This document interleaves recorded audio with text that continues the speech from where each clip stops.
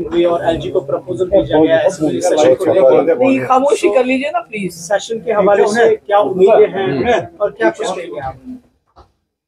देखिए, एक तो ऐसा है कि ये नहीं होना चाहिए जैसे आज तक सेशंस हुए कि कोई मकसद होना चाहिए, कोई इसका रिजल्ट होना चाहिए। हम तो चाहेंगे कि इसमें जरूर ये डिस्कस होना चाहिए कि जो हॉर्टिकल्चर को इतना नुकसान हुआ, रोड इतने दिन बंद रहा, जो वजीर आला साहब ने गडकरी जी को फोन किया 15-20 दिन के बाद, वो पहले भी हो सकता था और इतना हजारों करोड़ रुपए का नुकसान नहीं हो सकता। उसकी भरपाई कैसे हो? क्या किसान लोन माफ किया जाएगा? क्या उनको ट्रांसपोर्टेशन में मदद की जाएगी? किस तरह से इस नुकसान की भरपाई हो? दूसरा, टूरिज्म, जो पहलगाम के बाद टूरिज्म हमारा बिल्कुल ठप हो गया है, होटलियर्स का बड़ा नुकसान हो गया है, ट्रांसपोर्टर्स का बड़ा नुकसान हो गया, हाउस बोट ओनर्स का।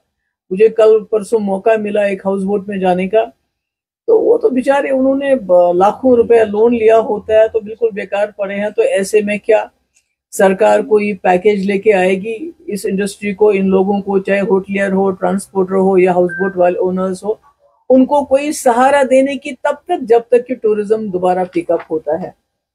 तो इसी तरह से तीसरा, मेरे हिसाब से तो जो शिफ्टिंग ऑफ प्रिजनर्स है, आप उनको अगर छुड़ा नहीं सकते, जैसे मैंने पहले भी कहा कि उमर साहब ने ये ऑफर किया था कि वो महराज मलिक को लीगल हेल्प ऑफर करने के लिए तैयार हैं। उनको जरूरत नहीं है, मगर जिन लोगों को जरूरत है, जो हमारे कैदी जो है हजारों के तादाद में जम्मू कश्मीर से बाहर हैं, क्या उमर साहब उनको लीगल हेल्प प्रोवाइड करेंगे ताकि उनके केस लड़े जाएं? क्योंकि बड़े गरीब लोगों के बच्चे हैं ये। अगर वो नहीं कर पाते हैं, अगर करना तो चाहिए, मगर तब तक कम से कम उनको यहाँ कश्मीर में वापस लाया जाए जेलों में। क्या इस बारे में असेंबली में, जो पहले भी हमने रेजोल्यूशन लाया था, क्या इस किस्म के रेजोल्यूशन पास होंगे, डिस्कशन होगा?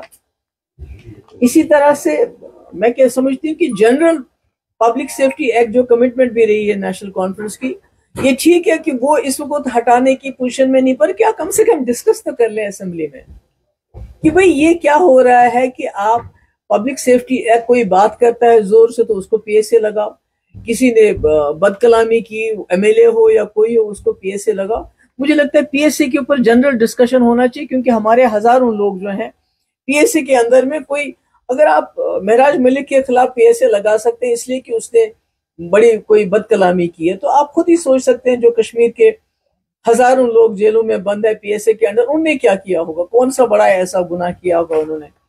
दूसरी एक बहुत ही सीरियस, और इसके अलावा जो हमने एक बार लाया था, ये जो डेली वेजर्स है उनको रेगुलराइज करने का, हमने उसमें भी एक बिल लाया था, रेजोल्यूशन लाया था, जिसको बिल्कुल सरकार ने दरकिनार। मुझे लगता है ये बर्निंग इश्यूज हैं इस वक्त, हॉर्टिकल्चर हो, टूरिज्म हो, कैदियों की बात हो, या डेली वेजर्स की बात हो, या पीएसए की बात हो, ये पर इसके अलावा मैं एक थोड़ी सी ऐसी बात कहना चाहूंगी जो मुझे मालूम है शाम को जितने भी गोदी मीडिया के चैनल्स हैं उसको उछालेंगे। उमर साहब को याद होगा 2013 में अफजल गुरु ने चीख चीख के कहा था कि मेरा कोई कसूर नहीं है, मुझे एक एसटीएफ का जो है डीएसपी वो लेके गया, उसने मुझे, जो जिसने असल में इसमें पार्टिसिपेट किया पार्लियामेंट अटैक में, मोहम्मद या क्या नाम था उसका, उसको ट्रांसपोर्ट दिया, उसके लिए फ्लैट हायर करवाया, मेरा कोई कसूर नहीं, मगर किसी ने उसकी बात नहीं सुनी। यहां तक कि जब 2020 में देवेंद्र सिंह पकड़ा गया, उसके बाद भी उससे कोई सवाल जवाब नहीं हुआ, मिलिटेंटों के साथ पकड़ा गया।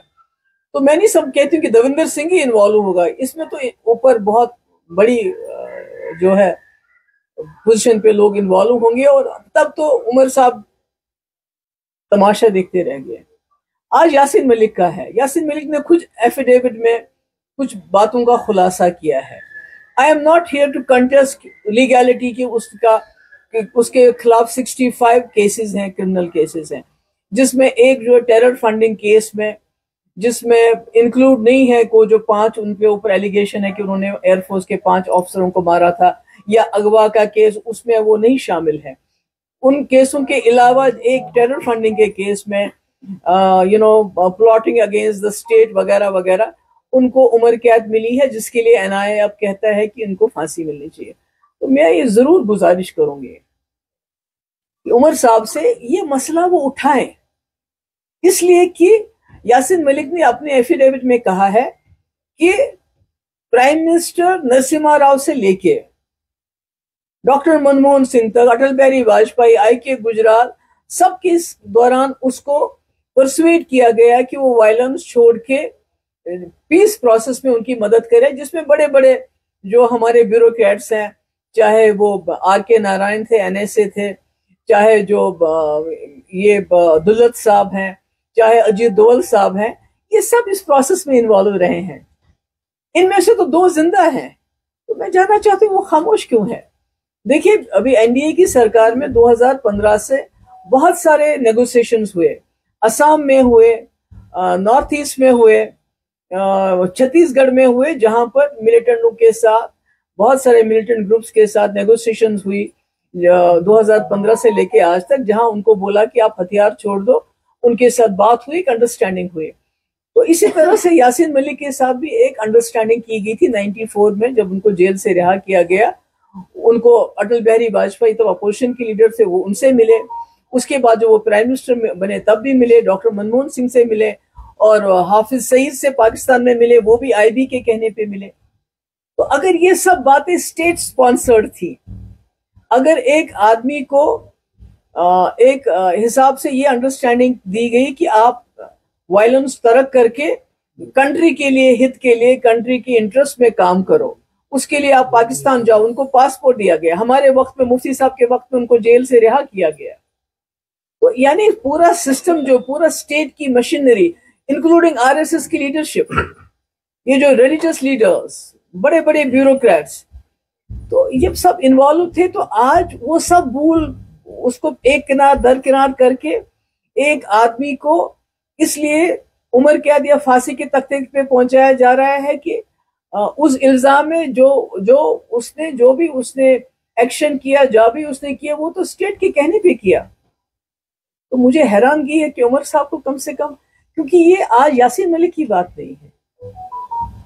देखिए, टेरर फंडिंग के केसेस यहाँ आप किसी को भी लगा सकते हैं। इवन ये जो हमारे इंजीनियर रशीद साहब मेंबर पार्लियामेंट है, जिनको पार्लियामेंट इलेक्शन के लिए किसी खास मकसद के लिए उनको बाहर छोड़ दिया गया था कि ताकि किसी को वो जिताने में अपना रोल अदा कर सके, पर वो ऐसा नहीं हो, उल्टा वो खुद जीत गए, अच्छी बात है।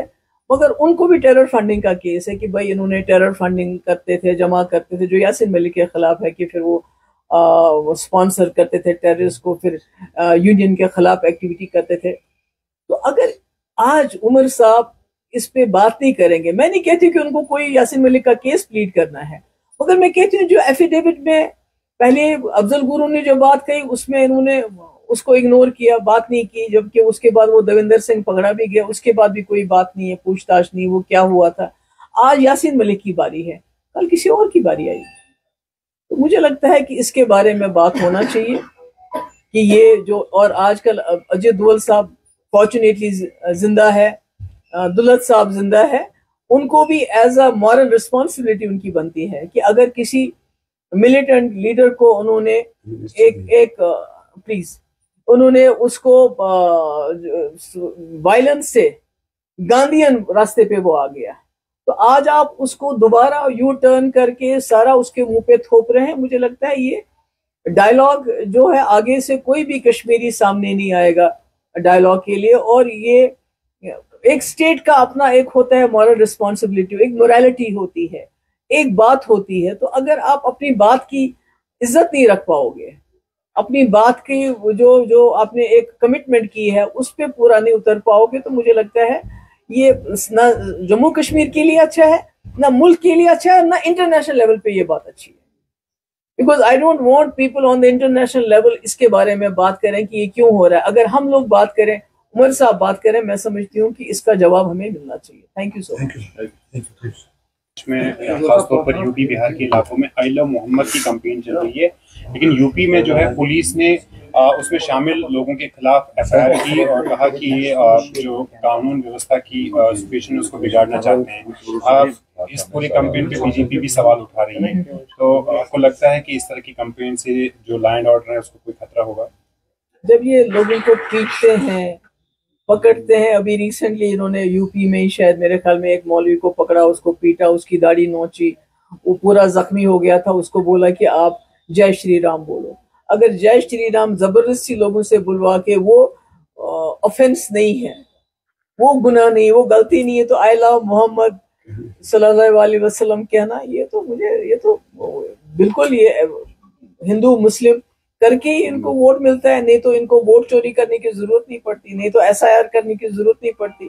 बिकॉज अगर इन्होंने कोई काम किए होते, लोगों को जॉब दिए होते, नौकरियां दी होती, गरीबी को हटाए होते, तो मुझे लगता है ये इस किस्म का हिंदू मुस्लिम नफरत फैलाने की जरूरत नहीं पड़ती, which is very unfortunate. Hindustan जैसे मुल्क में जहाँ इतने ज्यादा औलिया की जियारतों पे सबसे पहले ज्यादा हिंदू झुकता है, वहां दुआ करता है, चाहे अजमेर शरीफ की दरगाह हो, तो उसमें इस किस्म का जहर फैलाना, मुझे लगता है ये इस मुल्क के लिए बहुत ही खतरे की घंटी। और शायद यही वजह है कि बाहर के मुल्कों से हमारे लोगों को, हिंदुस्तानियों को बाहर निकाला जा रहा है इस वक्त। Thank you. नेशनल कॉन्फ्रेंस की तरफ से पीडीपी को तनकीद किया जा रहा है, the wholly solely responsible is PDP for Kashmir mess, तो उसमें उस वक्त specially the cabinet minister Sakina यतूब टारगेटेड। देखिए ना, फारूक साहब ने तो सारा बोल दिया कि हम कश्मीरी क्या है। उसने तो बोला हम कैरेक्टरलेस हैं, उसने तो हम